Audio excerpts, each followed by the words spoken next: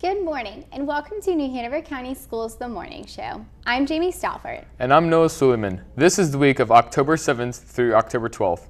October is National Bullying Awareness Month, and this week our show will focus on bullying and bullying prevention. That's right. We have part 2 of a 4-part series of special reports of bullying from our YSN News team. We also have 2 Counselor Corner segments with middle school counselor Ellen Clayton, where she discovers both bullying at school as well as cyberbullying. Plus, our show is packed with bullying facts and information. In addition to our bullying awareness specials, we have many other great features, including Zoo Files, a favorite from your school news, which is moving to the morning show this year.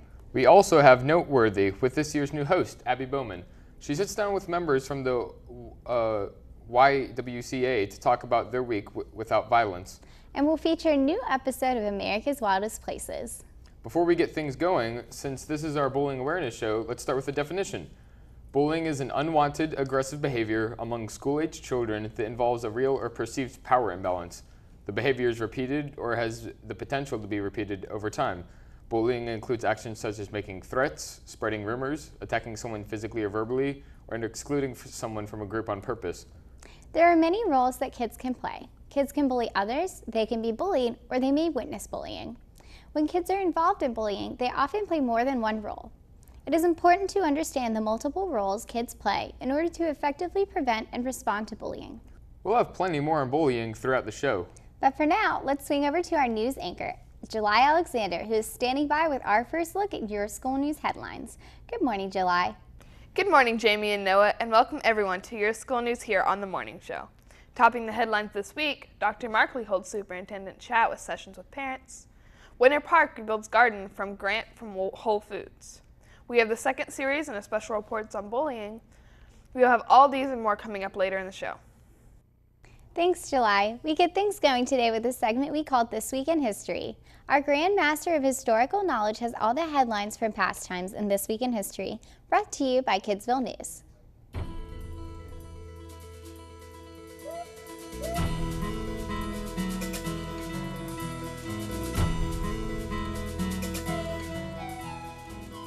Welcome to This Week in History. I'm your historical host, Hannah Bolick, covering all of the colorful and amazing events that have left their mark on history's timeline. This is the week of October 7th through October 13th. October 7th, 2003. Actor Arnold Schwarzenegger is elected governor of California, the most populous state in the nation with the world's 5th largest economy.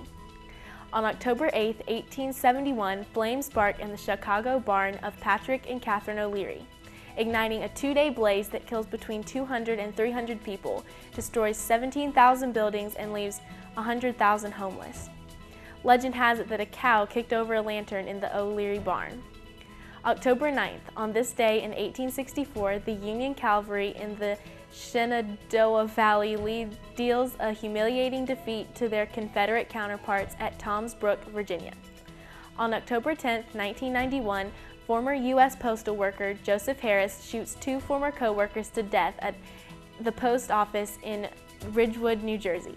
His violent outburst was one of several high-profile attacks by postal workers that resulted in the phrase "going postal." October 11th, on this day in 1975, Saturday Night Live, a topical sketch comedy show, makes its debut on NBC. It will go on to become the longest-running, highest-rated show on late-night television. Finally, your weekend history tidbits. October 12, 1492, after sailing across the Atlantic Ocean, Italian explorer Christopher Columbus sights a Bahamian island, believing he has reached East Asia. His expedition went ashore the same day and claimed the land for Spain. October 13, 1792, the cornerstone is laid for a presidential residence in the newly designated capital city of Washington. In 1800, President John Adams became the first president to reside in the Executive Mansion, which soon became known as the White House. That's This Week in History, your ultimate source for those key moments in time. I'm Hannah Bullock. Thanks for stopping by.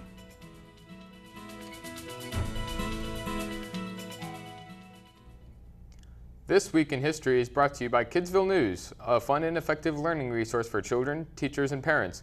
It features school news, information, and local community events while promoting literacy and developing good reading habits, character traits, and study skills in young children. And, best of all, Kidsville News is always free. Copies are delivered every month to every elementary school in the new Hanover County school system. And join us again next time for another journey through time as we explore the fun, fascinating, entertaining, and educational facts that make up This Week in History. Now don't go away, we'll be right back.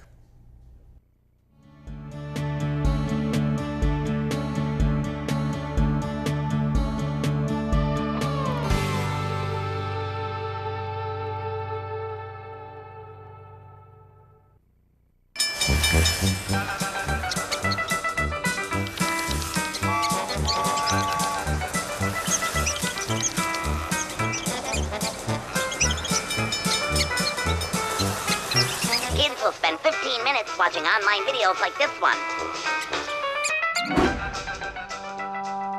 Brushing for 2 minutes now can save your child from severe tooth pain later. 2 minutes twice a day. They have the time. What gets you moving? Because when you get moving an hour a day, You'll have more energy to do the things you like to do. And that's a slam dunk. Whether you like to shoot hoops, Kick the soccer ball around. or ride your bike moving every day puts you on the offense. towards a stronger you. So be a player. Move it your way and be a player. Get up, play, and move it your way. Check out how to be a player at letsmove.gov. Head online to get tips on great ways to get moving every day. That's www.letsmove.gov.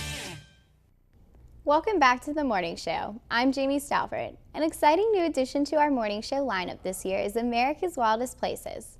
Each month, we take a visual and audio tour of one of America's national wildlife refuges, brought to you by the U.S. Fish and Wildlife Service.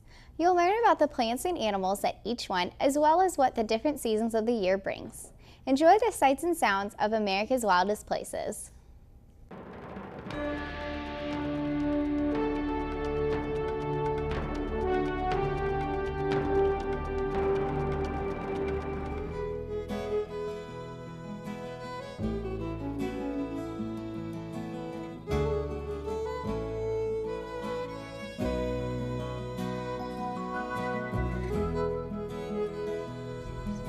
In the northeast corner of North Carolina, autumn approaches on a chilling wind as the area awaits the arrival of thousands of migrating birds.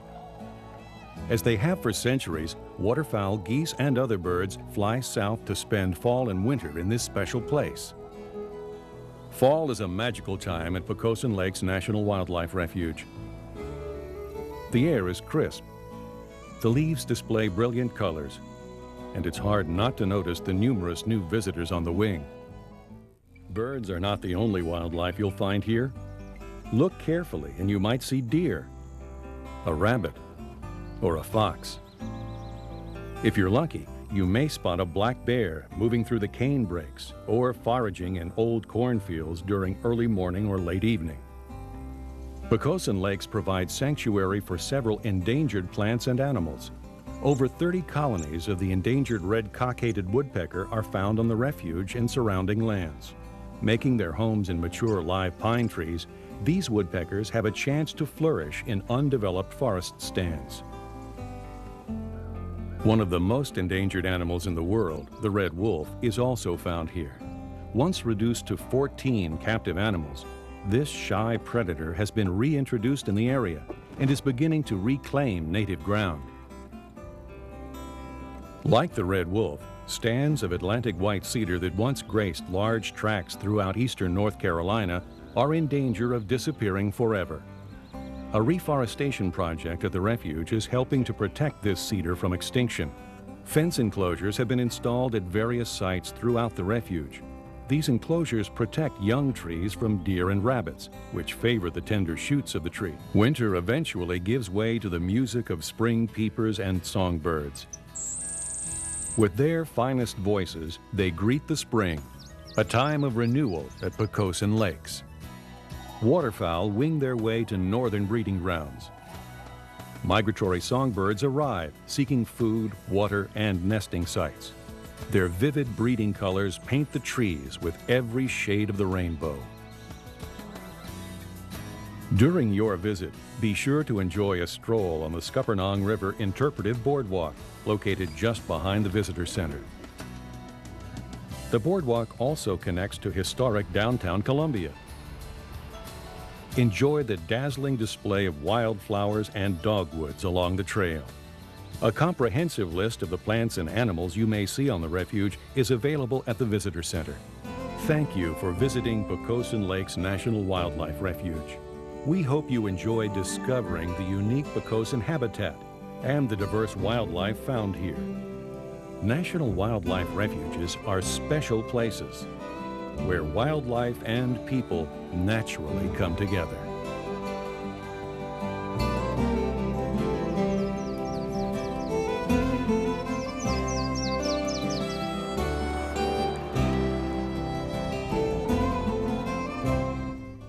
I like that segment. It is really neat to learn about all these neat places right here in the U.S. I know, and Poquoson is right here in North Carolina. I'll have to plan a visit. Me too. While we plan our visits, let's send our viewers over to July, who is standing by with our first look at Your School News. Good morning, July. Good morning. Welcome to Your School News here on The Morning Show. I'm July Alexander. Dr. Tim Markley, superintendent, invited a local community to come together for a superintendent's chat. Dr. Markley answered questions about the return to school and the new Common Core curriculum, new legislation impacting schools, and more. He provided parents an overview of the school district, some of the problems it's facing in the coming years, and some solutions have been proposed. In the past, these meetings were held early in the morning, but this year, to improve attendance, Dr. Markley scheduled them for the evening. I think they're important. I think anytime that we give parents an opportunity to come out and ask questions, we can give them a better sense of what's going on in the district. We've tried them before school started. This year we thought we would try them after school started and see if we got some different questions and maybe got a better turnout than we've gotten in the past. This year's superintendent chat sessions were spread out over the country, with one being held at Ashley High School, one at Gregory Elementary, and the final one was held at Laney. Although the attendance was small at all sessions, Dr. Markley will continue to hold the events each year. He strongly believes that communication is key to resolving the beginning of the year issues. Winter Park Elementary School was recently awarded a school garden grant from Whole Kids Foundation. The goal of the garden grant program was to support the school's effort and grow their gardening program so they can offer the students the great experience of gardening. We learned about their garden from YSN reporter E.J. McGoggle. Who knew that Winter Park Elementary School was full of so many green thumbs? Last week, the elementary school was awarded a school garden grant from the Whole Kids Foundation, a nonprofit organization founded by Whole Foods Market. The grant did something incredible. It brought together local families and Whole Foods employees into a humble garden, and they created beauty. I wrote a grant 5 years ago from Lowe's to put in this ability garden, and when we built it, we partnered with Cape Fear Community College, we partnered with an Eagle Scouts, and they planted the beds, and I used that money. Well, over the years, things need to be replenished. The soil needs to be replenished, the plants obviously need to be replenished, we need new tools, new sprinklers, and so I found a Whole Foods grant that actually promoted us sustaining the ability garden, and so the money that I was awarded will help us keep the garden going for another 3 years. They worked in the plant beds at Winter Park Elementary, planting, digging, and weeding. Whole Foods supplied the plants, tools, and even the salad lunches. Also there was local musician Mark Dannon Herbert performing live music for the hard-working members of the community. Employees at the local supermarket will continue to return to the garden and keep it healthy and thriving. Life was created where there was nothing but crackly, dry soil and twisting and choking weeds. The faded greens and grays were turned into bright, vibrant colors with new, rich brown soil. The garden was back to its original and breathtaking state. But the most amazing part of this story is that this was the first time the garden had been truly utilized, in about 5 years. Imagine leaving a garden to itself for 5 years. The ground was just a bunch of dingy green grasses and weeds. But once the transformation was made, everything became full of life, almost as if the garden itself was just as happy as it made those who looked at what the hard work had led to. Reporting for your school news, I'm E.J. McGonigal. Finally, October is National Bully Awareness Month. In honor of the month, your school news team has a 4-part series of special reports on bullying.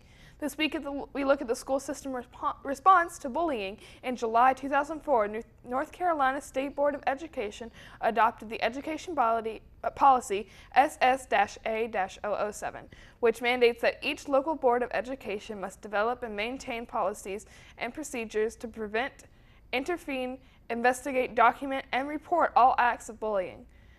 But long before that, New Hanover County Schools had launched a comprehensive bullying prevention program focused on reducing bullying and harassment of students district-wide. The program was designed to address the issue of bullying systematically, which follows a strategic plan on bullying prevention. We get a full report on the school district's battle against bullying from Jamie Stafford. Bullying has taken all sorts of new and high-profile forms, and public school systems like New Hanover County are fighting back through a variety of channels, from training peer watchdogs to staging assemblies and workshops for students, teachers, and parents. New Hanover County Schools is ahead of the game, I believe, in dealing with bullying. When we compiled our statistics this past summer, we discovered that the national average for bullying reporting amongst 12-year-old to 18-year-olds was 28% nationally, and that was from the American Educational Research policy that they developed. When looking at New Hanover County Schools, we only 1.5% of our students are reporting bullying. It doesn't necessarily mean that there is not more going on, but in terms of people who are using the protocol, the reporting process, we do find that only 1.5% of our 25,000 students reported any type of bullying or harassment that goes on. New Hanover County Schools has adopted anti-bullying policies in recent years, for the first time detailing priorities and programs for earlier intervention and mandating stricter reporting of student-to-student aggression. The New Hanover County School Board does have policy number 8307, that can be found on the district web page for parents and students as well, that clearly defines what the district policy is. Bullying is prohibited, bullying, harassment, and discrimination, and also the procedures for reporting suspected bullying. Long before bullying was a hot topic in the news, the school system has been providing support to schools. The district's elementary schools have used Second Step, a program aimed at core social-emotional skills. Middle schools have parent workshops, and on the high school level, peer mediation has been offered a method of combating bullying. So throughout the district, various campuses are using either programs that they have purchased or those that they are using out of developing from their own experience. StopBullying.gov.org is also one of the tools that is being used. Several schools throughout the system's campuses have already provided special bullying awareness and intervention training to students and their parents. Noble Middle School recently held a social media awareness seminar with a focus on cyberbullying, while other schools are ramping up their efforts. What we do as a school is we do a lot of interventions, a lot of education with the students. We provide students with multiple opportunities to come and talk to adults about what is going on.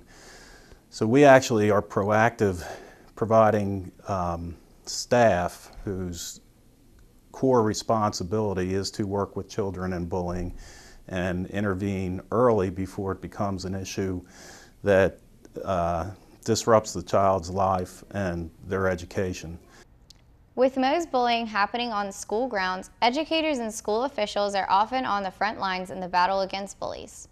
New Hanover County Schools will continue to include a bullying or harassment policy in their student manuals.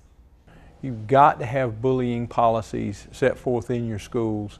Number one, to make sure that the children are safe and that learning can occur. If you're worried about being bullied, either online or in person, you can't focus on teaching and learning.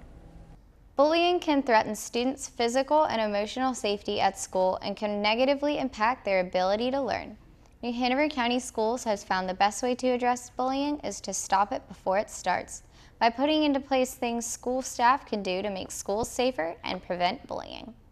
Reporting for your school news, this is Jamie Stalford. For all the latest on New Hanover County Schools, join us weekdays at 5:30 p.m. here on Time Warner Cable Channel 5 and Charter Cable Channel 12. For your school news, a complete half hour of the latest news and information from New Hanover County Schools. Now back to our hosts. Thanks, July. In addition to watching your school news and the morning show, you can see many of NHCS TV's programming online. Just go to the school system's website at www.nhcs.net and click on the NHCS TV video library link under items of interest right there on the front page. You can watch great programs there like the Sports Roundtable, Diversity Matters, and Upfront with the Superintendent.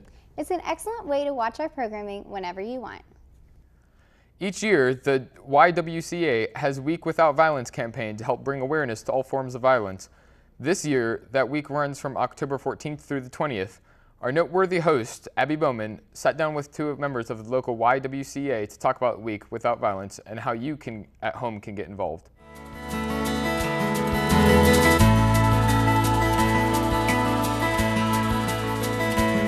Welcome to Noteworthy. I'm Abby Bowman. Each year, the YWCA Week Without Violence initiative mobilizes people in communities across the United States to take action against all forms of violence wherever it occurs. Joining me today to talk about what the YWCA is doing locally for the Week Without Violence is Executive Director Susan Fennell and Child Care Director Sarah Flaherty. Good morning. Good morning. Morning. Let's start with you, Ms. Fennell. Tell us about the YWCA's Week Without Violence and why you recognize this week. Well, it's an initiative that started over 20 years ago by the national office, and it is important because so many folks don't realize how violence is a part of our lives and it's not recognized. And I think what we can do is to make people aware of it in our communities, and that's why we think it's important. It's the third week of October every year. And what's the theme this year? It is, what will it take? Now, Ms. Flaherty, you work with the after-school program at the YWCA. What will that program be doing to recognize this week? We're going to focus on some awareness issues about violence. I have ages 5 through 13, and so there's a wide range of understanding, but mainly we're focusing on making them aware of what a violent act is, and we're going to do that through a campaign on an anti-bullying campaign. And what does "what will it take" mean to someone who's school age? I think that's where we're going to try and work off of the anti-bullying and let them understand that even if they witness a bullying incident going on, they're part of that and they need to do something about it. Be that run and tell a parent or a teacher, maybe for the younger children, or as the older children are watching, they need to understand that it's part of their responsibility to step in possibly and pull that person away, or comment to the people that are bullying that this is really not cool and let's not do this. So we're going to encourage those sorts of behaviors. And what can the people watching this at home do with their children to help promote nonviolence and to show them this is a problem?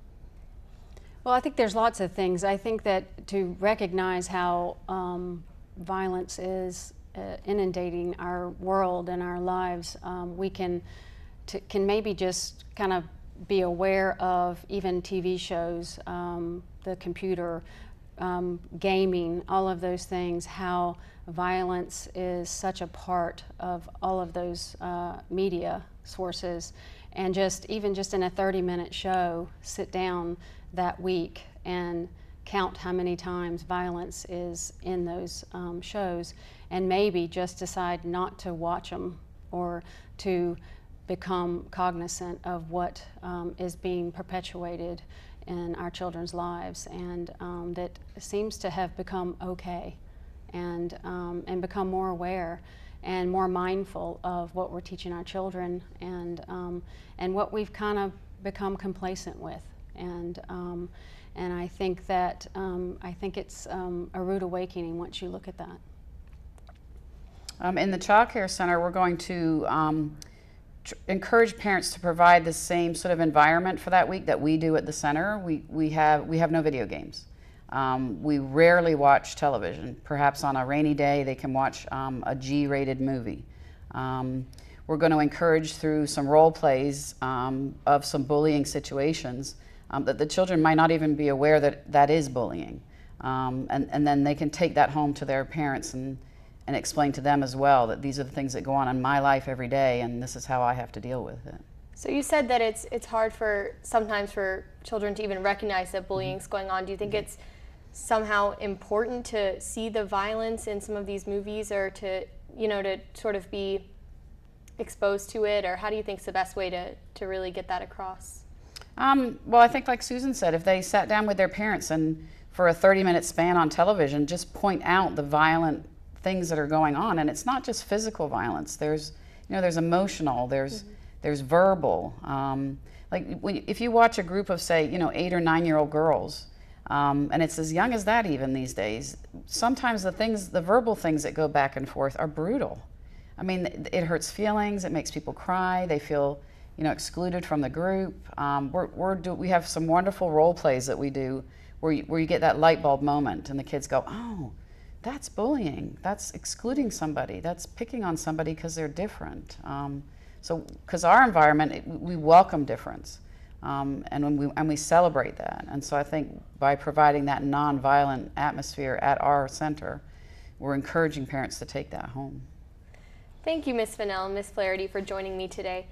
For more information on the YWCA Week Without Violence, you can visit their website at www.ywca-lowercapefear.org.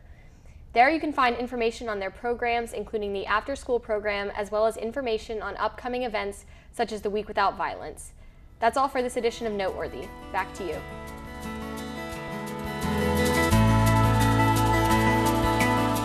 Thanks, Abby. I think it's great that the YWCA brings the issue of violence to the forefront every year. Me too. I've never thought about counting each violent act I see on TV during a show. I will have to do that and see how many there are. I know. Fortunately, our programming here at NHCS TV is very little to no violence. Yes, and nothing but good family programming here. I'll try to have counting on another channel. You will. Now don't go away. This recording edition of the morning show will continue right after this break. But before we go, we have our trivia question of the day. Today's show is focused on bullying, and the statistics are alarming. Our trivia question focuses on one of these statistics, and when we get back from the break, we have plenty more to share. But first, here's our question. How many students in the U.S. miss school each day for fear of being bullied? A, 28,000, B, 90,000, C, 130,000, D, 160,000. We'll have the answer when we return.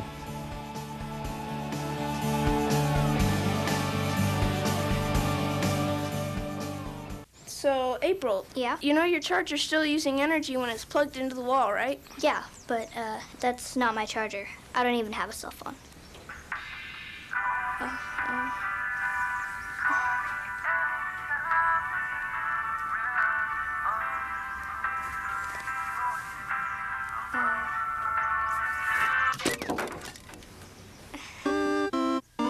Millions of kids are using their energy wisely. What's your excuse?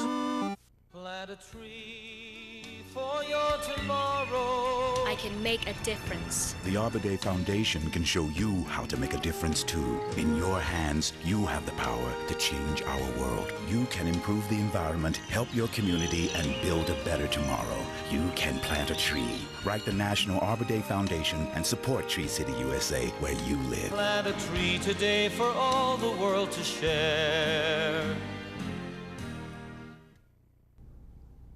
Welcome back to the morning show. This week, we focus on bullying awareness. Bullying occurs in virtually every school across the country, and the numbers are staggering. Our trivia question asks, how many students in the U.S. miss school each day for fear of being bullied? Is it A, 28,000, B, 90,000, C, 130,000, or D, 160,000? Sadly, the correct answer is D. 160,000 students miss school every day because of bullying. 30% of students in grades 6 through 10 are involved in moderate or frequent bullying, as bullies, victims, or both.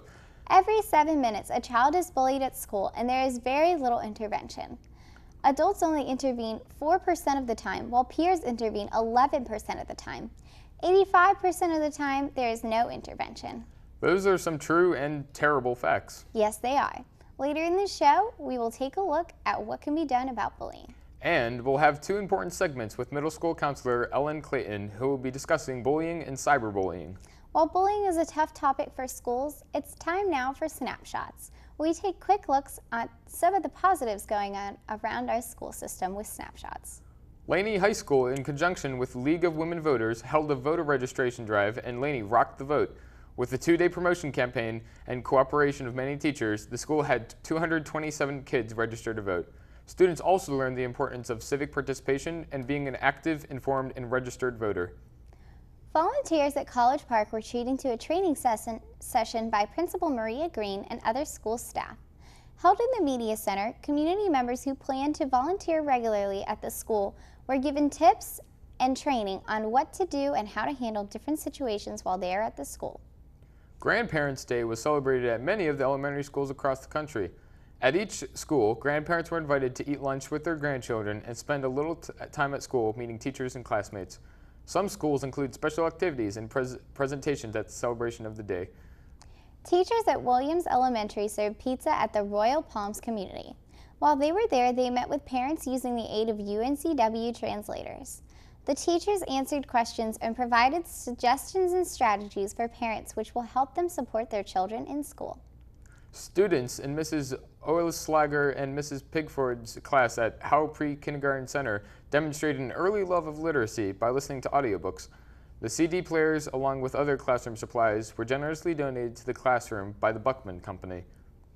As an incentive for families to join the Coddington PTA, Principal Eric Berman and Assistant Principal Lauren Kefalonitis offered a water balloon event to any class that achieved 100% membership. 6 successful classrooms gathered on the playground to show off their marksmanship as they threw water balloons at the school administrators, who were dressed for the event in school t-shirts and water gear. That was it for this month's Snapshots. All right, now it's time for this week's lunch menu. This is the menu for Monday, October 7th through Monday, October 14th. On Monday, October 7th, you won't want to miss out on lunch as your cafeteria will be serving corn puppies or grilled chicken with noodles. While you're in lunch line, don't forget the side items of sweet potato waffle fries, garden salad, mixed fruit, and Jell-O with topping. Then, on Tuesday, October 8th, let the fantastic flavor of a meatball hoagie satisfy your hungry stomach. Or if you'd prefer, pick popcorn chicken with a dinner roll. Add delightful macaroni and cheese, baked beans, garden salad, and fresh fruit to complete your meal. On Wednesday, October 9th, embark on a delicious journey to Asia by treating yourself to General Tso's chicken with rice or scrumptious chicken egg rolls. Accompany your meal with oriental vegetables, garden salad, and applesauce. On Thursday, October 10th, refuel your body and soul with teriyaki beef dippers and fried rice or barbecue chicken with macaroni salad. Also, chow down on a dinner roll, glazed carrots, garden salad, and fresh fruit. Then, on Friday, October 11th, end the week on a high note at lunch with a classic hot dog with chili or a munchie pack. The fun continues as you add pleasing pasta salad, potato salad, garden salad, and a delicious peach crisp to your selection. Finally, on Monday, October 14th, shake off those Monday morning blues at lunch with Southwest chicken fajita with cornbread or the All-American corn dog. While you're in the lunch line, be sure to add northern beans, sweet potato casserole, garden salad, and a wonderful frozen fruit cup. And there you have the lunch menu for the week. Don't forget, you can also start your day off with a healthy and hearty breakfast at school. There are over 5,600 endangered animals in the world today. Each of these animals are facing risk of extinction, yet they all add something unique to our world. There are many different causes which lower animal population, and each animal has its own story. Today we feature one of these animals, the sea otter, and our new segment, Endangered Animals.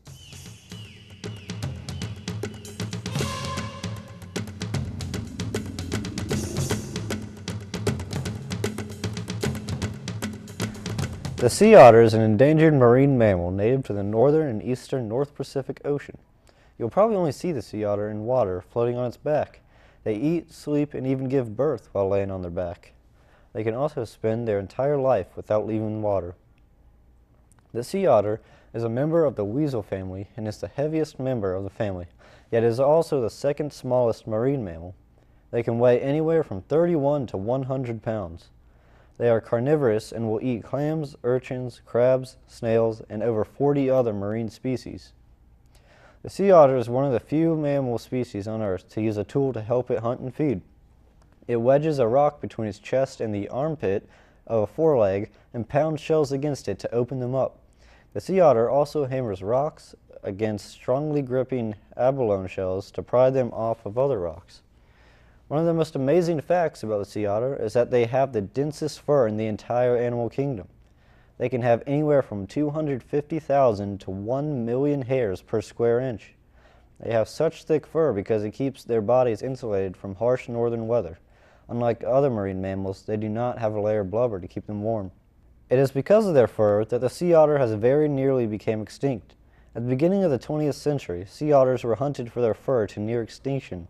They were hunted so extensively that their population went from between several 100,000 and 1 million down to only 1 to 2,000.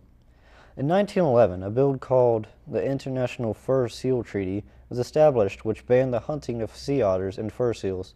Today, due to protection laws and regulations, there are about 100,000 sea otters in the world. More than half of them reside in Alaska, and only about 2,800 reside in California.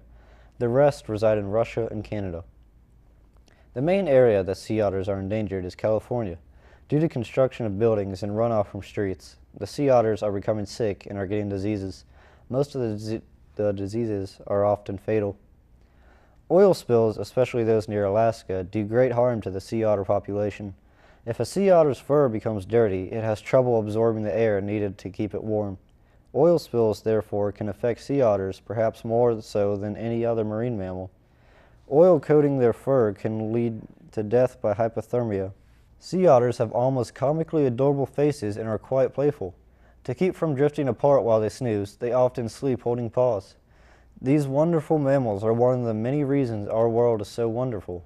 Working together, we can make sure that the sea otters have a history on this planet as long as ours.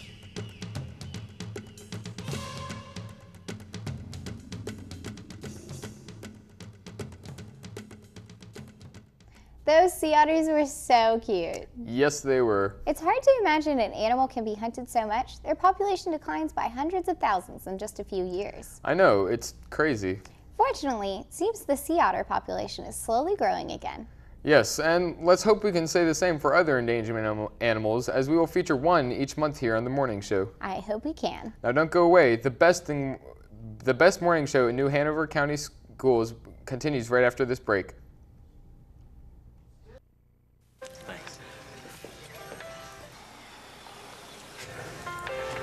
Can you believe this guy?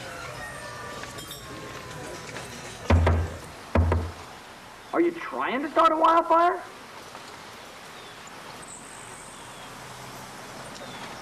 Sorry. Pass the honey? 9 out of 10 wildfires are caused by humans. Only you can prevent wildfires. Rudyard Kipling was born in India of British parents. As a young boy, he was sent to school in England. Not until 1882, at the age of 17, did he make his way back to India to work as a journalist. His work as a reporter, fiction writer, and poet earned him a Nobel Prize for Literature in 1907. This background in literature has been brought to you by New Hanover County Schools on the Learning Network of the Cape Fear. Welcome back to The Morning Show. I'm Jamie Stalford. A longtime favorite in your school news was a feature from the North Carolina Zoo at Asheboro. The Zoo Files has moved to The Morning Show, and we are glad to bring you the first episode for this school year. One way to help spruce up a backyard is to install bird feeders and other items that attract native wildlife. We get some tips on how it's done in today's Zoo Files report from Rod Hackney.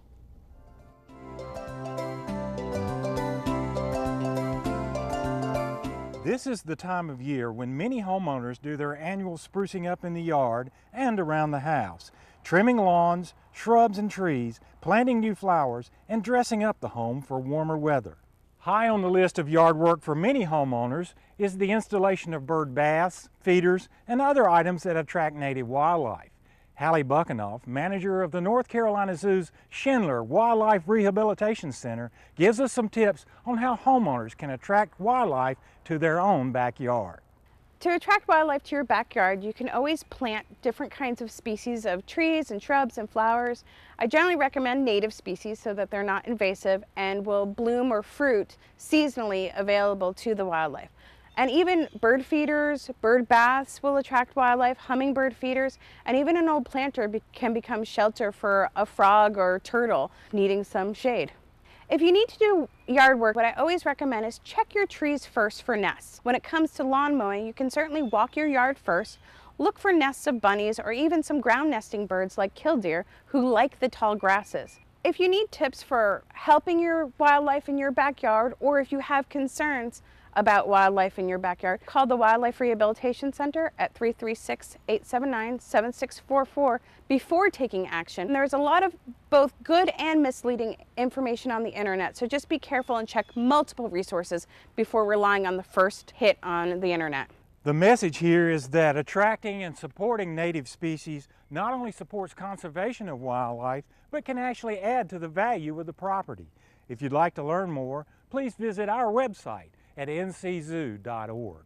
I'm Rod Hackney reporting for the Zoo Files, connecting your life to wildlife.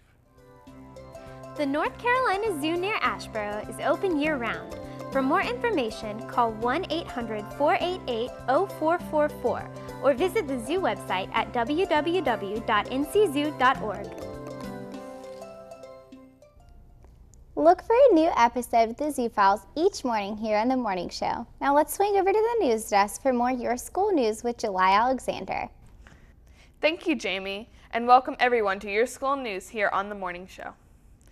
Isaac Bear Early College kicked off its 2013-2014 Launching Leaders Series with Dr. Christopher Hitch, Director of the North Carolina State University General H. Hughes Shelton Leadership Center. Dr. Hitch, also the Program Director of the NC State Pool College Management Executive Programs Office. Isaac Bear's signature leadership program will focus on 7 leadership themes for the coming year. The themes will reflect the qualities of leadership and include time management, strong language art skills, integrity, resilience, problem solving, global citizenship, and communication. Dr. Hitch engaged students and faculty, touched on all 7 leadership themes, and engaging in the information manner. The first Launching Leaders Speaker Series for the 2013 through 2013 concluded with the drawings of General H. Hughes Shelton autobiography without hesitation. Dr. Rick Holliday has named Deputy Superintendent for New Hanover County Schools. That tops our district news this week. With promotion, Dr. Holliday becomes the district's first deputy since superintendent since 2003. In the past, Holliday has been the principal of Williston Middle School and Laney High School. In 2004, he was named Executive Director of Instructional Services before being promoted to Assistant Superintendent of Student Support Services in 2007. We get this report on the new Deputy Superintendent from YSN reporter Chase Fulton. Dr. Rick Holliday, a 31-year veteran of the New Hanover County Schools, has been named Deputy Superintendent. In this new capacity, he will continue to oversee student support services, and his duties have been expanded to include the supervision of the new in-house legal counsel, public information, exceptional children, safety, and the non-traditional schools. Dr. Holliday is known throughout the system for his strong work ethic and for his knowledge of the district and school law. Many principals have said because of his many years of experience as a principal, Dr. Holliday is an invaluable asset to the district. Dr. Holliday is well prepared for his new position and has climbed the ranks in the district. He began working for the school system in 1982 as a teacher and coach at Laney High School. In 1988, he became an assistant principal at Laney. He was appointed to his first principalship in 1995 when he was named principal of the former Lakeside High School. From 1986 to 1988, he was principal of Williston Middle School, and then in 1988, he was named principal of Laney High School, where he worked for 17 years. In the fall of 2005, Laney's football stadium was named in honor of Dr. Holliday. Dr. Holliday holds a Doctor of Education degree from Nova Southeastern University, a Master's of Education degree from the University of North Carolina at Wilmington, and a Bachelor of Science degree from ECU. Reporting for your school news, this is Chase Fulton. The school system's new calendar committee held their first meeting of the year. Board of Education member Ed Higgins is serving as the chairman of the calendar committee this year. At the initial meeting, each representative was given an informative packet covering state-mandated policies regarding the school calendar at a first draft of each upcoming calendars based on the state policy and last year's calendar. Additionally, the information will be posted on the school system's website. Teachers and parents who wish to provide input should contact the calendar committee representative for their school level. The representative will bring the information to the second calendar committee meeting that will be held on Thursday, October 17th. Calendar committees are open to the public. That's all for now. To watch this week's edition of Your School News online, visit the school system website at www.nhcs.net and click under Video Library link under Items of Interest on the homepage. Now back over to Jamie and Noah. Thanks, July. Noah, what do you think of the school calendar? Are there any changes you would make if you could? I think it seems fair. I mean, the only thing I've moved around a lot, and the only thing I've noticed is that we start the school year much later and end it much later. But other than that, everything seems fine. How about you, Jamie? I would make summer longer, personally. I think everybody would, right? Yeah. Our next segment features my lovely co-host, Jamie Stalfort. Each week, she does a look at the unique top 10 list that is informative and entertaining. From animals to food to entertainment and education, each episode counts down 10 items that are in tops in their category. Follow along and see if you agree or disagree with the list.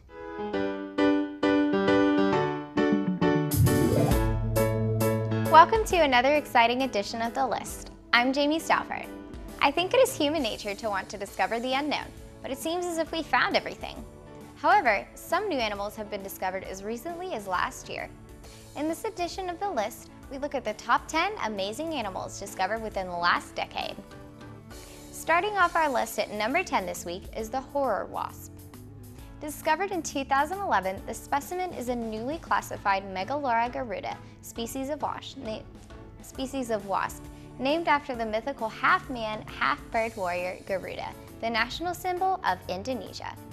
What makes it so scary is not only the fact that it reaches up to 2.5 inches in length, but its powerful jaws are so big that they wrap around its head when closed.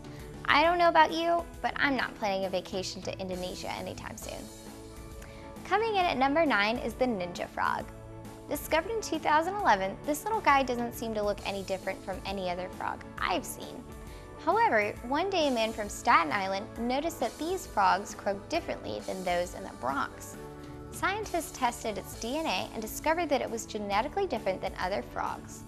Turns out that a totally new species of amphibians was hiding underneath our noses this entire time. And taking the number 8 spot is the microchameleon.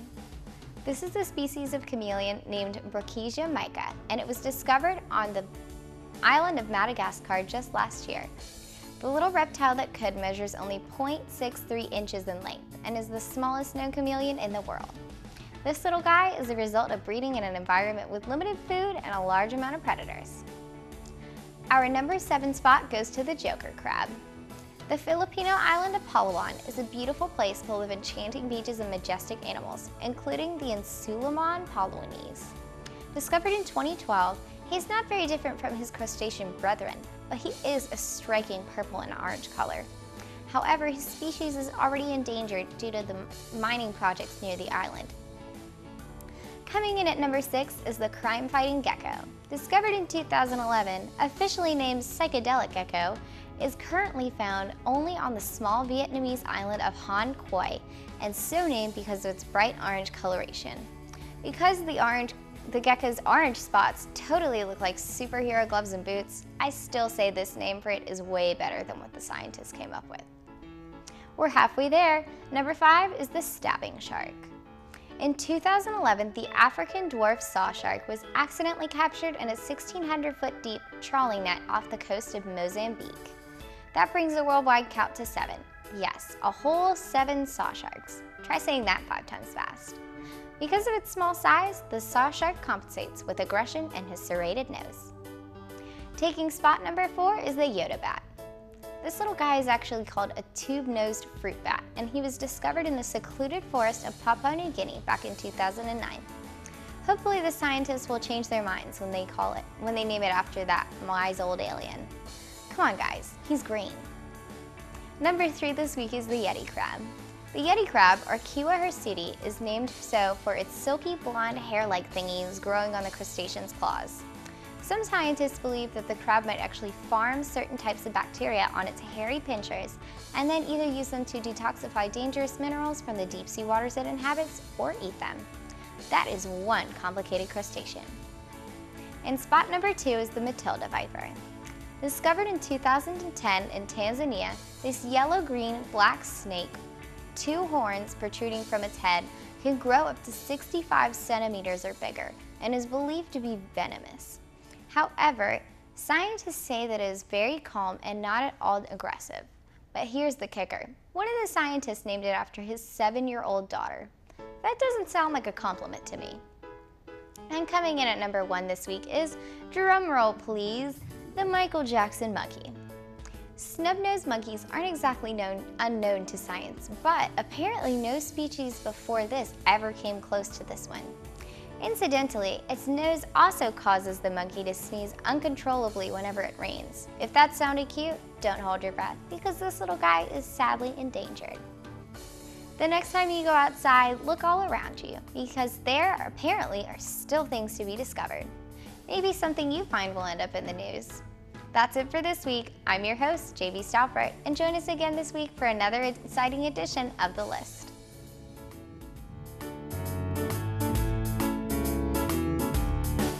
Well, Jamie, as producer and host of The List, which of those new animals did you like the best? My favorite would probably have to be the superhero gecko guy. I think he's just cool looking. I like his little boots. What about you? I think a crustacean, the Yeti crab with hair, that's weird, so I'll have to give it credit for originality. The crab gets originality points. All right, coming up in our show, we have food facts from the NHCS Child Nutrition Department and more news with July Alexander.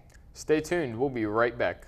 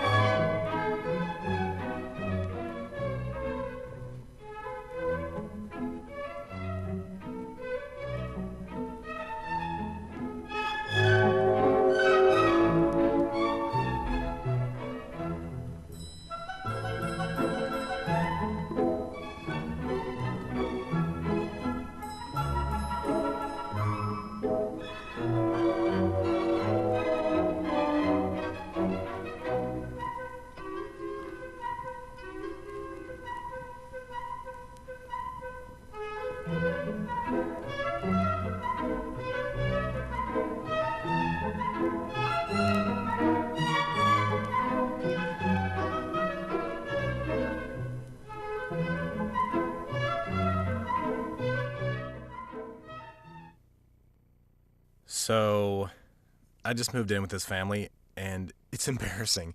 The little one, he likes to go outside and crawl around in the giant litter box. I don't know what he's doing. I mean, I was born and I knew how to use the litter box. Look at that! That's disgusting! Oh, poop already! You're making me nervous. Oh, okay, I can't look at this anymore. I really hope he grows out of this, for his sake.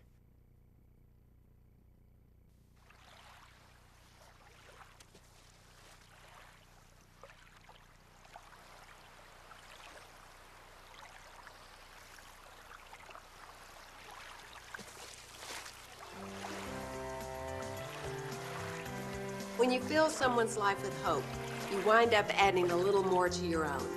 Help America's youth. Be a friend. Be a mentor. Just be there. Go to bigbrothersbigsisters.org. Welcome back to the morning show. I'm Jamie Stalford. It's now time for our tasty segment, Food Facts.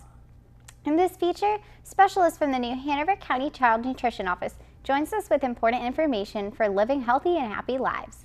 This week, Melissa Davis talks to us about fruit juice and sugar.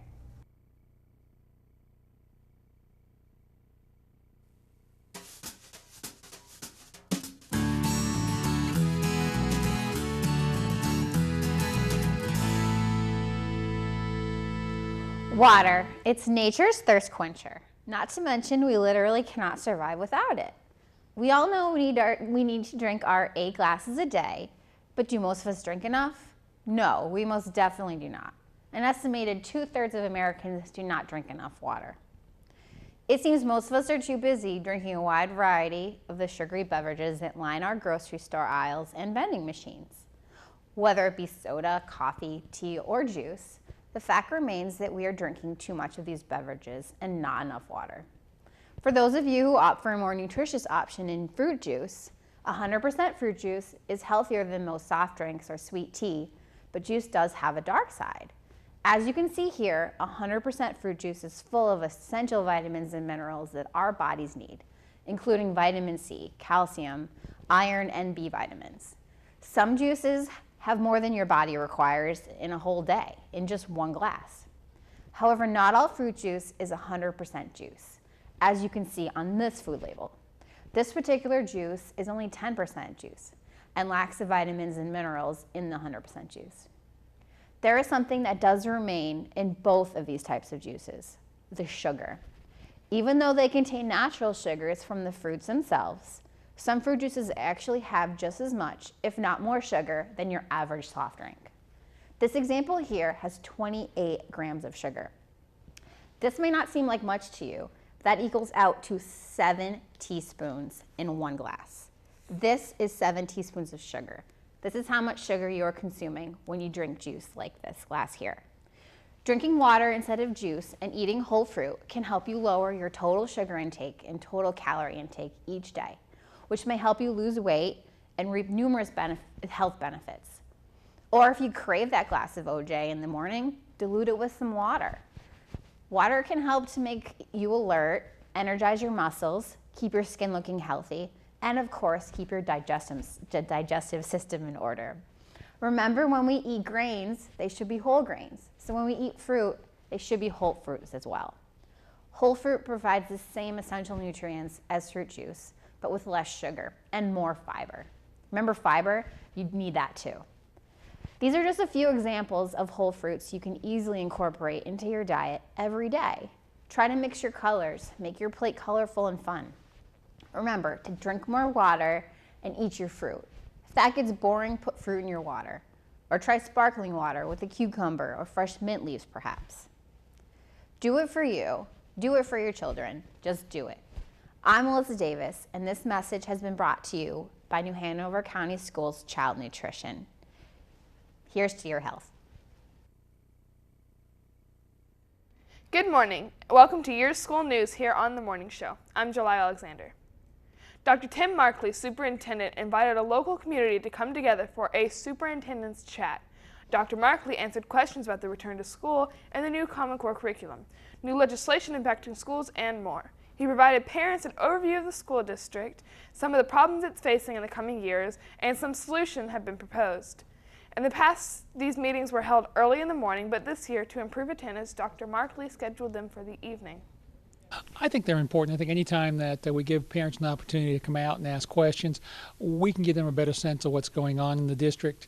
We've tried them before school started. This year we thought we would try them after school started and see if we got some different questions and maybe got a better turnout than we've gotten in the past. This year's superintendent chat sessions were spread out over the country, with one being held at Ashley High School, one at Gregory Elementary, and the final one was held at Laney. Although the attendance was small at all sessions, Dr. Markley will continue to hold the events each year. He strongly believes that communication is key to resolving the beginning of the year issues. Winter Park Elementary School was recently awarded a school garden grant from Whole Kids Foundation. The goal of the garden grant program was to support the school's effort and grow their gardening program so they can offer the students a great experience of gardening. We learned about their garden from YSN reporter E.J. McGoggle. Who knew that Winter Park Elementary School was full of so many green thumbs? Last week, the elementary school was awarded a school garden grant from the Whole Kids Foundation, a nonprofit organization founded by Whole Foods Market. The grant did something incredible. It brought together local families and Whole Foods employees into a humble garden, and they created beauty.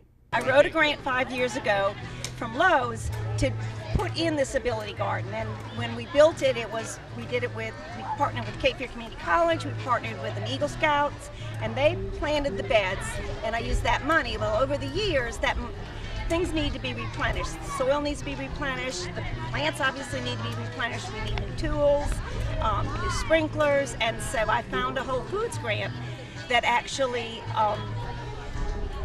promoted us sustaining the ability garden, and so the money that I was awarded will help us keep the garden going for another 3 years. They worked in the plant beds at Winter Park Elementary, planting, digging, and weeding. Whole Foods supplied the plants, tools, and even the salad lunches.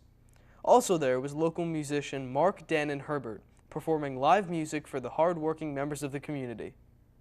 Employees at the local supermarket will continue to return to the garden and keep it healthy and thriving. Life was created where there was nothing but crackly, dry soil and twisting and choking weeds. The faded greens and grays were turned into bright, vibrant colors with new, rich brown soil. The garden was back to its original and breathtaking state. But the most amazing part of this story is that this was the first time the garden had been truly utilized in about 5 years. Imagine leaving a garden to itself for 5 years. The ground was just a bunch of dingy green grasses and weeds. But once the transformation was made, everything became full of life, almost as if the garden itself was just as happy as it made those who looked at what the hard work had led to. Reporting for your school news, I'm E.J. McGonigal. Finally, October is National Bully Awareness Month. In honor of the month, your school news team has a 4-part series of special reports on bullying. This week, we look at the school system response to bullying. In July 2004, North Carolina State Board of Education adopted the Education Policy SS-A-007, which mandates that each local Board of Education must develop and maintain policies and procedures to prevent, intervene, investigate, document, and report all acts of bullying. But long before that, New Hanover County Schools had launched a comprehensive bullying prevention program focused on reducing bullying and harassment of students district-wide. The program was designed to address the issue of bullying systematically, which follows a strategic plan on bullying prevention. We get a full report on the school district's battle against bullying from Jamie Stafford. Bullying has taken all sorts of new and high-profile forms, and public school systems like New Hanover County are fighting back through a variety of channels, from training peer watchdogs to staging assemblies and workshops for students, teachers, and parents. New Hanover County Schools is ahead of the game, I believe, in dealing with bullying. When we compiled our statistics this past summer, we discovered that the national average for bullying reporting amongst 12-year-old to 18-year-olds was 28% nationally, and that was from the American Educational Research policy that they developed. When looking at New Hanover County Schools, we only 1.5% of our students are reporting bullying. It doesn't necessarily mean that there is not more going on, but in terms of people who are using the protocol, the reporting process, we do find that only 1.5% of our 25,000 students reported any type of bullying or harassment that goes on. New Hanover County Schools has adopted anti-bullying policies in recent years, for the first time detailing priorities and programs for earlier intervention and mandating stricter reporting of student-to-student aggression. The New Hanover County School Board does have policy number 8307, that can be found on the district web page for parents and students as well, that clearly defines what the district policy is. Bullying is prohibited, bullying, harassment, and discrimination, and also the procedures for reporting suspected bullying. Long before bullying was a hot topic in the news, the school system has been providing support to schools. The district's elementary schools have used Second Step, a program aimed at core social-emotional skills. Middle schools have parent workshops, and on the high school level, peer mediation has been offered a method of combating bullying. So throughout the district, various campuses are using either programs that they have purchased or those that they are using out of developing from their own experience. StopBullying.gov.org is also one of the tools that is being used. Several schools throughout the system's campuses have already provided special bullying awareness and intervention training to students and their parents. Noble Middle School recently held a social media awareness seminar with a focus on cyberbullying, while other schools are ramping up their efforts. What we do as a school is we do a lot of interventions, a lot of education with the students. We provide students with multiple opportunities to come and talk to adults about what is going on. So we actually are proactive, providing staff whose core responsibility is to work with children and bullying and intervene early before it becomes an issue that disrupts the child's life and their education. With most bullying happening on school grounds, educators and school officials are often on the front lines in the battle against bullies. New Hanover County Schools will continue to include a bullying or harassment policy in their student manuals. You've got to have bullying policies set forth in your schools. Number one, to make sure that the children are safe and that learning can occur. If you're worried about being bullied, either online or in person, you can't focus on teaching and learning. Bullying can threaten students' physical and emotional safety at school and can negatively impact their ability to learn. New Hanover County Schools has found the best way to address bullying is to stop it before it starts, by putting into place things school staff can do to make schools safer and prevent bullying. Reporting for your school news, this is Jamie Stalford. For all the latest on New Hanover County Schools, join us weekdays at 5:30 p.m. here on Time Warner Cable Channel 5 and Charter Cable Channel 12. For your school news, a complete half hour of the latest news and information from New Hanover County Schools. Now back to our hosts. We now have an important feature for younger students and their parents as well, as anyone who could use a refresher on pedestrian safety. Crossing guard Mrs. Smith, her students, and Willie Whistle all work together to bring you these important tips. Hello, my name is Mrs. Smith, and I'm a crossing guard. One of my jobs is to make sure young people cross the street safely. It's easy to be safe as long as you follow a few basic rules. I'm going out to meet some of my young friends now. Why don't you come along? I think you learned some great new things and have fun while you do. Here are my friends now. Hi, kids. Hi, Mrs. Smith. Now, before we get started, I'd like for you to meet the real teacher, Willie Whistle. Hi, I'm Willie Whistle with an important message about crossing streets. Until you get older, about 11 or 12 years old, it's always best to cross the street at the corner with an adult you trust. But crossing guards, law enforcement officers, our parents and grandparents, along with crosswalks and traffic signals, aren't always there when we need them. So, Mrs. Smith and I are going to show you how to cross the street even when there is no help around. I want you to meet some friends of mine. Meet Lara, Sam, and Christina. Hi. Hi. Hi. Hi. Lara, Sam, and Christina are friends of mine because they know the right way to cross streets. Would you like to learn the safe way? The way we do it, it isn't hard. Actually, it's kind of easy. Cool.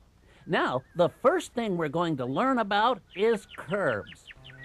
Lara, if you want to be a safe street crosser, what do you do whenever you come to a curb? Or the edge of the road if there isn't a curb?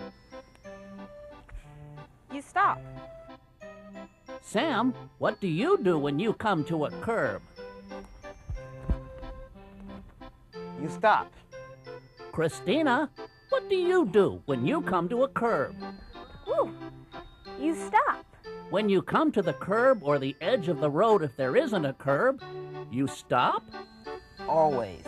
Every time, you always stop.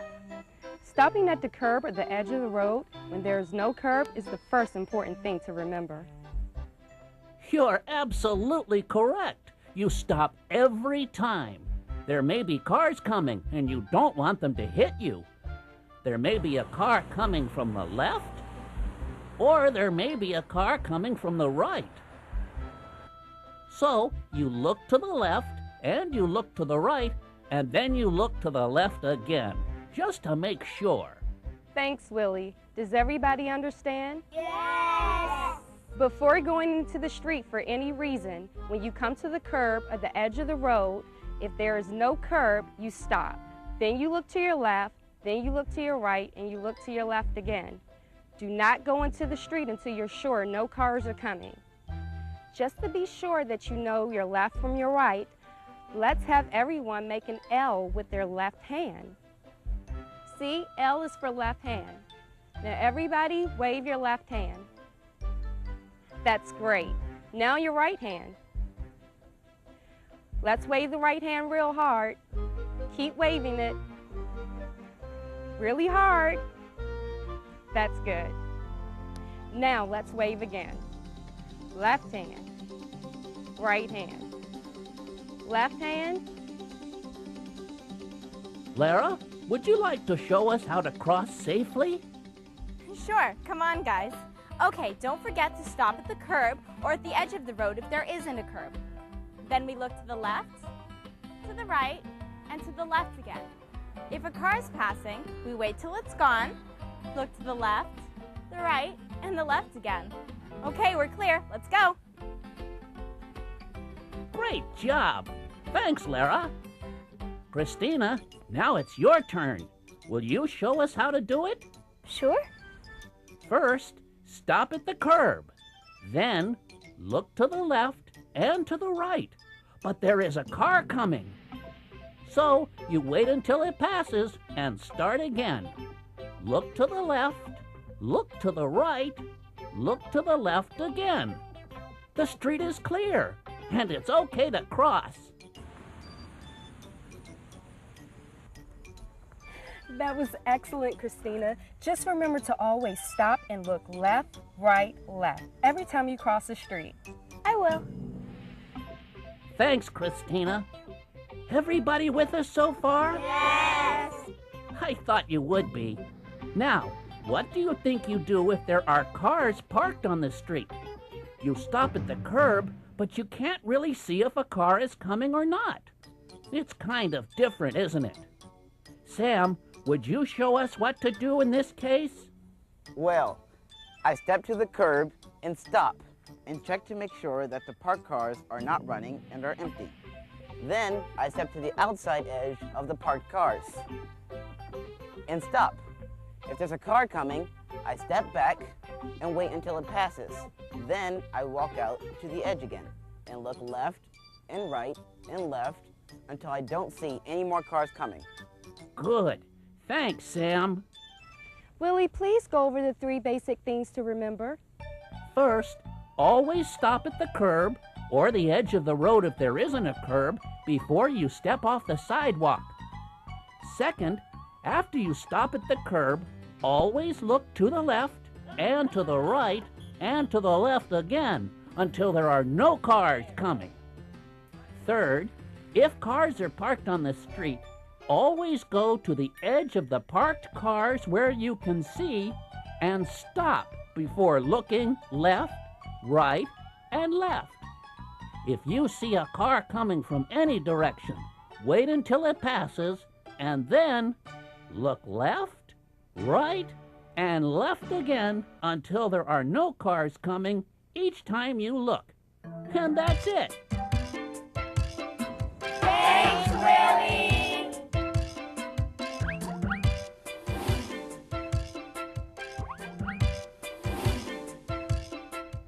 Thanks, Willie Whistle and Mrs. Smith. Those were excellent tips. Yes, they were. And the good news is each month we will feature a new safety video for students, parents, and community members here on the Morning Show. That's wonderful. It is. A segment added to the Morning Show last year that quickly became popular was Cook It. Culinary students from New Hanover High and Holly Shelter Middle School join us with great and easy ways to make recipes. Sticking with our apple theme, today the students teach us how to make apple wraps.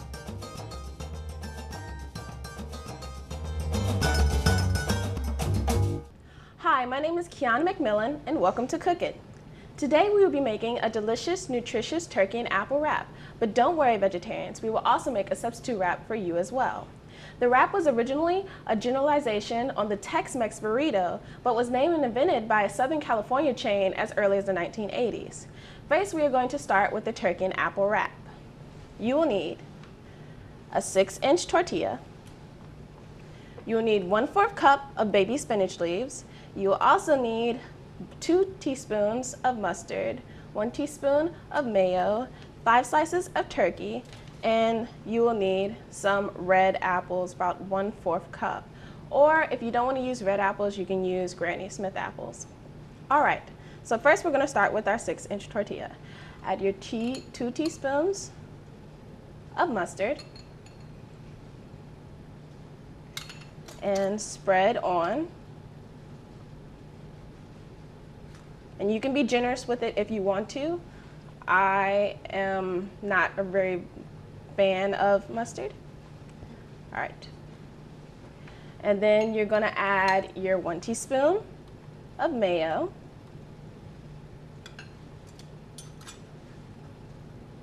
Spread that on. All right, and you can put this in any order you want to. I'm going to add the 5 slices of turkey first, and then my 1/4 cup of baby spinach leaves.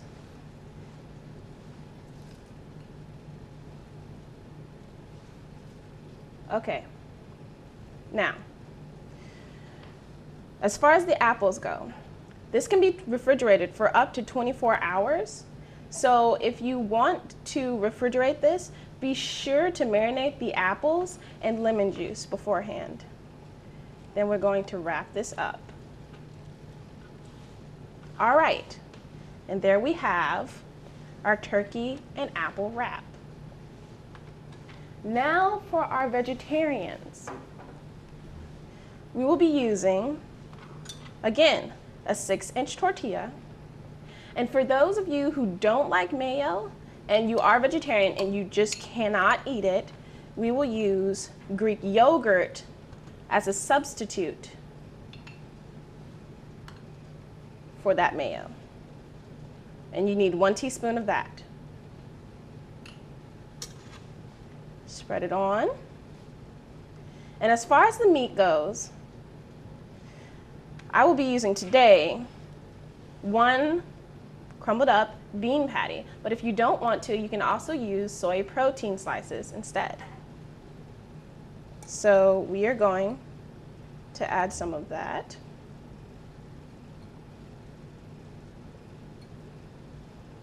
And last but not least, our 1/4 cup of baby spinach leaves. And our 1/4 cup of apples. Also, if you do not like apples, you can always substitute this with pears. Then we're going to wrap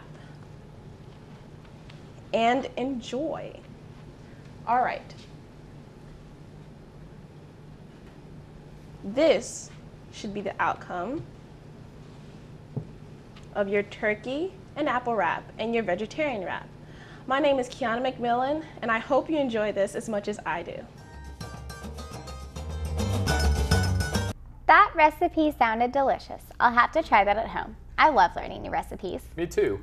If you'd like a copy of this recipe, then drop us a note at nhcstv@gmail.com. Now don't go away. The best morning show in New Hanover County continues right after this break.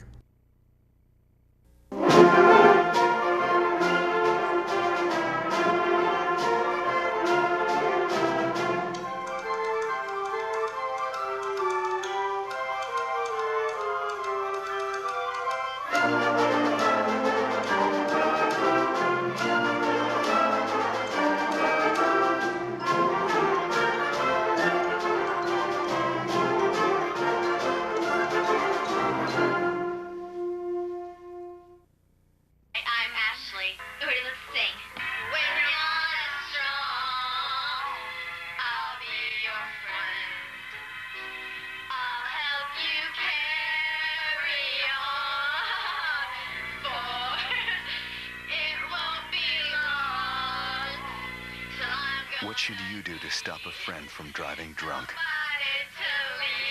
Whatever you have to. Welcome back to the morning show. I'm Jamie Stalford. And I'm Noah Suleiman. Early in the show, our trivia segment covered some of the numbers surrounding bullying. Now we want to talk about what can be done. When adults respond quickly and consistently to bullying behavior, they send the message that it is not acceptable. Research shows this can stop bullying behavior over time. There are simple steps adults can take to stop bullying on the spot and keep kids safe. First, intervene immediately. It is okay to get another adult to help. Then, separate the kids involved and make sure everyone is safe. Be sure to stay calm and model respectful behavior when you intervene. Some common things to avoid are, don't ignore it.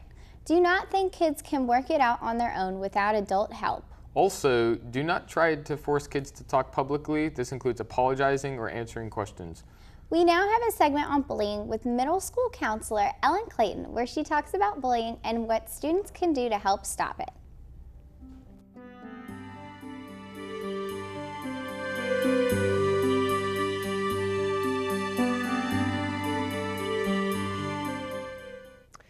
Your mom keeps giving you lunch money, but you can't buy lunch because the kid who lives on the next block threatens to beat you up if you don't give him your money. He's really big. Yesterday, when you were getting dressed in the girls' locker room, 2 other girls started mooing. Now you hear people making that sound wherever you go. You never want to go back to school. Has anything like this ever happened to you? Well, if so, you're a victim of bullying, and you're not alone.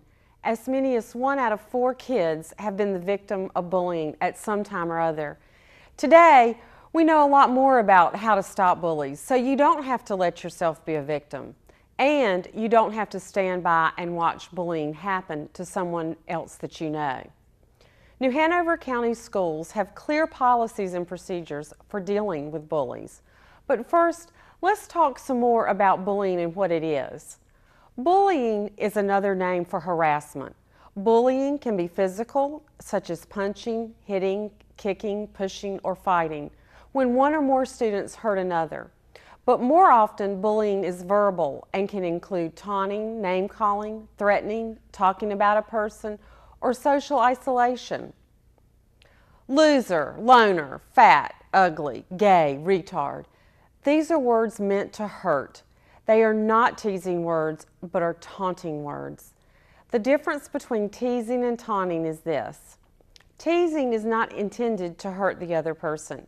Teasing is meant to get both people to laugh and pokes fun in a light-hearted way. It's shared by kids who have something in common. Taunting, however, is meant to harm. It's humiliating and cruel and is based on an imbalance of power. I also want to talk for just a minute about the difference between conflict and bullying. Conflict is an inevitable part of any relationship with friends or family or people of equal power. It tends to only happen occasionally and is often accidental. Those involved in conflict want to seek a solution. Bullies don't want a solution. There is an imbalance of power and the hurtful behavior is purposeful. The most important thing for you to know is that it's not your fault. You're not alone or helpless. Bullies must be stopped. There are several things you can do. When you're being bullied, walk away from the situation if you can. Try not to be alone in places where the bully can pick on you. Go with a friend to the bathroom or sit in a different seat on the bus. Don't fight back. Report bullying to an adult. And let me repeat that. Report to an adult. Reporting is not the same thing as snitching or tattling. Snitching or tattling is trying to get someone in trouble. Reporting is trying to stop someone from getting hurt, and bullies must be stopped. Bullies will be dealt with at your school. New Hanover County is committed to keeping our schools and our students safe. I'm Ellen Clayton, school counselor at DC Virgo Middle School. Back to you.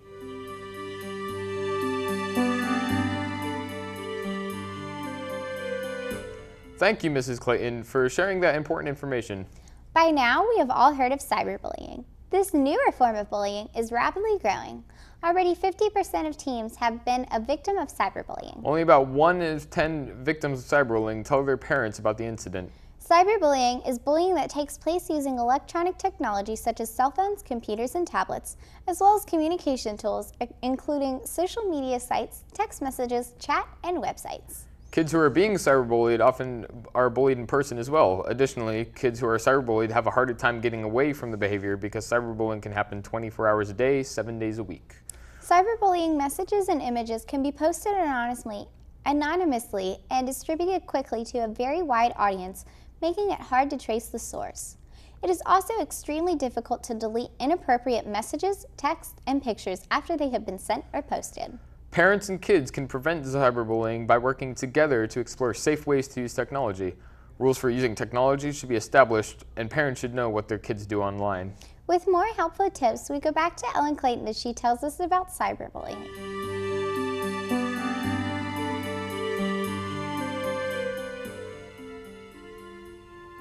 Welcome to Counselor's Corner. I'm Ellen Clayton, counselor at DC Virgo Middle School. It used to be that bullying just took place on the playground. These days, with technology playing a larger and larger role in our children's lives, cyberbullying is becoming a concern for students and their parents. However, there are ways to combat cyberbullying. Here are some tips for dealing with cyberbullies. First, ignore the person. Sometimes the easiest thing to do is simply ignore the bully and go about your business. If a bully is not getting a response from their behavior, they're more likely to leave you alone. If the harassment gets too bothering, simply log off for a while. Block or delete the person. If the bullying is taking place on instant messaging, delete the offender from your buddy list. Usually, you can also block the person's username from messaging you or block their email address from contacting you. If someone hacked into your profile, change the password. If you are still having a hard time avoiding someone, consider changing your username or email address. If a profile was created about you without your knowledge, report it to the website. Most sites have policies already in place to investigate and act on these situations. Finally, and most importantly, if you are ever upset about something online, talk to someone you trust. Don't feel like you have to take care of the problem all on your own. If you're feeling overwhelmed or trapped, talk to a trusted adult or your school counselor. Cyberbullying is a real and growing issue these days. Use these tips to help put a stop to cyberbullies and talk to an adult to get help. From the Counselor's Corner, I'm Ellen Clayton.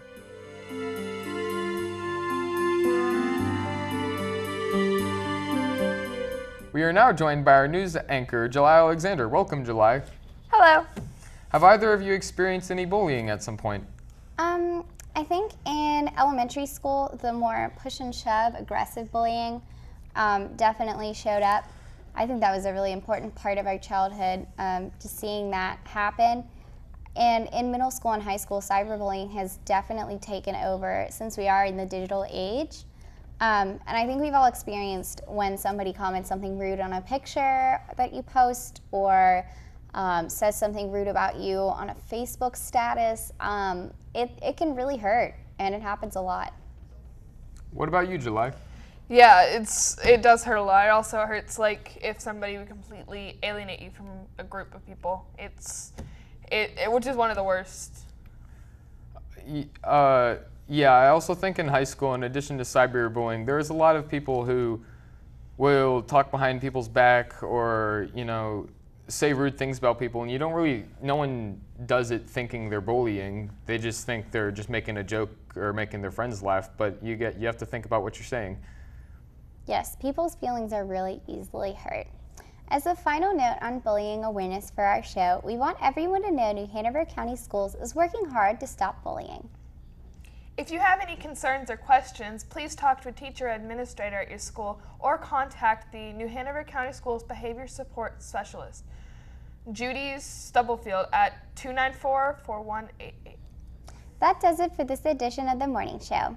Remember, for the best TV of all, each and every day, keep it tuned right here for New Hanover County Schools TV on the Learning Network of the Cape Fear. Have a great day. And a wonderful week.